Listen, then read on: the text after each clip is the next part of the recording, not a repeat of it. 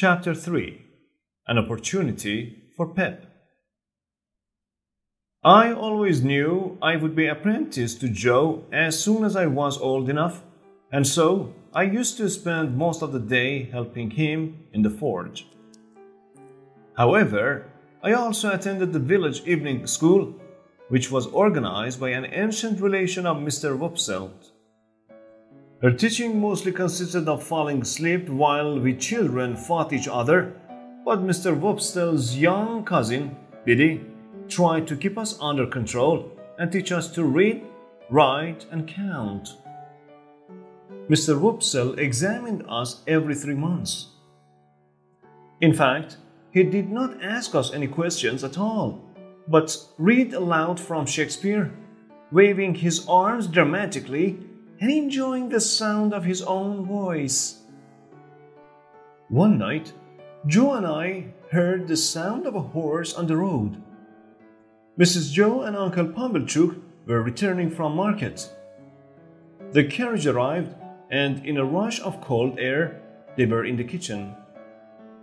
"Now," said Mrs. Joe, excitedly throwing off her clock, "if this boy isn't grateful tonight, he never will be." "She's offering the boy a great opportunity," agreed Pumblechook. Trying to look grateful, I looked at Joe, making the word "she" with my lips. He clearly did not know either. "You were speaking of a she," he said politely to them.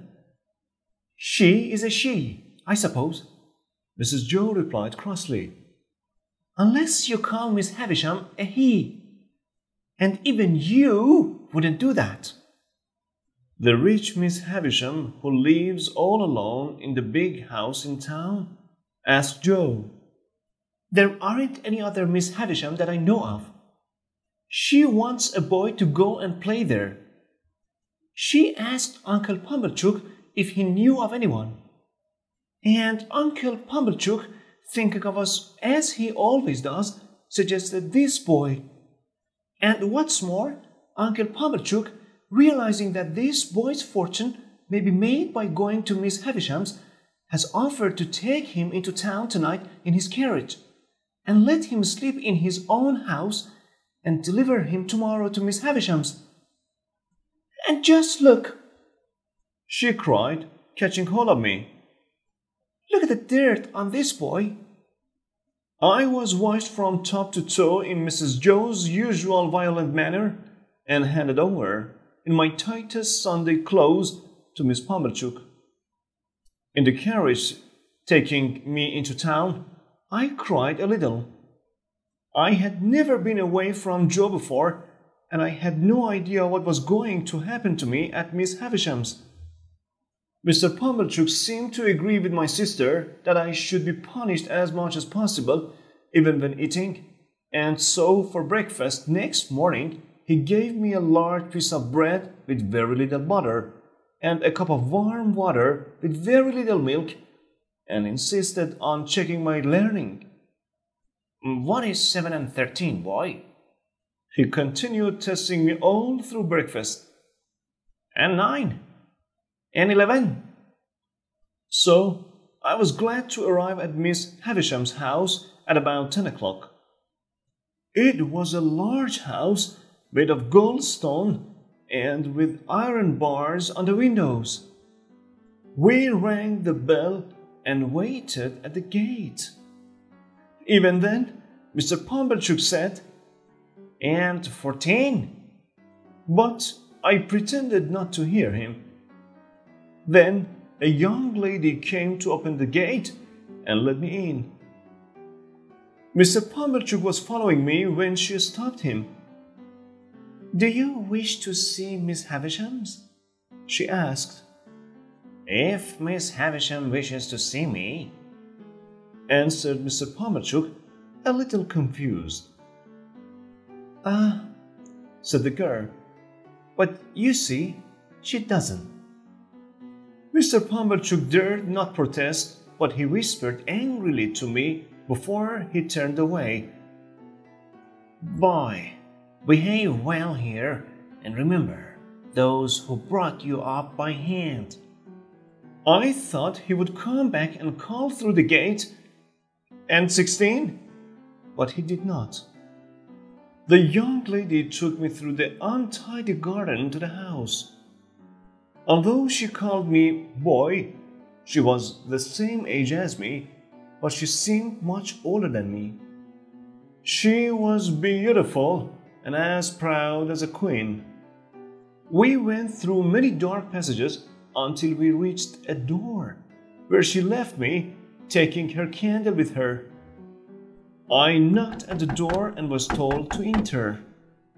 I found myself in a large room where the curtains were closed to allow no daylight in, and the candles were lit. In the center of the room, sitting at a table, was the strangest lady I've ever seen or shall ever see. She was wearing a wedding dress made of rich material. She had a bride's flowers in her hair, but her hair was white. There were suitcases full of dresses and jewels around her, ready for a journey. She only had one white shoe on. Then I realized that over the years the white wedding dress had become yellow, and the flowers in her hair had died, and the bride inside the dress had grown old. Everything in the room was ancient and dying. The only brightness in the room was in her dark old eyes that stared at me. "Who are you?" said a lady at a table. "Pip, madam, Mr. Pumblechook's boy. Come to play." "Come close. Let me look at you." As I stood in front of her, I noticed that her watch and a clock in the room had both stopped at 20 minutes to 9. "You aren't afraid of a woman who has never seen the sun since you were born?" asked Miss Havisham. I'm sorry to say I told a huge lie by saying no. "Do you know what this is?" she asked, putting her hand on her left side. "Yes, madam." It made me think of my convict's traveling companion. "Your heart, madam," I added. "My heart broken!" she cried almost proudly, with a strange smile. "I'm tired. I want to see something different. Play!" No order could be more difficult to obey in that house and that room. I was desperate enough to consider rushing round the table pretending to be Pumblechook's carriage, but I could not make myself do it, and just stood there helplessly. "I'm very sorry, madam," I said. "My sister will be very angry with me if you complain, but I can't play just now. Everything is so strange and new and sad." I stopped, afraid to say more. Miss Havisham looked down at her dress and then at her face in the mirror on the table. "So strange to him, so well known to me," she whispered. "So new to him, so old to me, and so sad to us both. Come, Stella." When Stella finally came, with her candle, along the dark passage, Miss Havisham picked up a jewel from her table and put it in Stella's hair. "Very pretty, my dear. It will be yours one day. Now, let me see you play cards with this boy." I thought I heard Miss Havisham whisper, "Well, you can break his heart." She sat like a dead body ready for the grave, watching us play cards in the candlelight. I almost wondered if she was afraid that daylight would turn her into dust. "What coarse hands this boy has. And what thick boots!" cried Stella in disgust before we had finished our first game. I was suddenly aware that what she said was true. "What do you think of her?" whispered Miss Havisham to me. "I think she is very proud," I whispered back. "Anything else?" "I think she is very pretty." "Anything else?" "I think she is very rude, and I'd like to go home." "And never see her again, although she's so pretty?" "I don't know. I'd like to go home now." Miss Havisham smiled. "You can go home. Come again in 6 days' time. Stella, give him some food. Go, Pip." And so I found myself back in the overgrown garden in the bright daylight. Stella put some bread and meat down on the ground for me, like a dog. I was so offended by her behavior towards me that tears came to my eyes.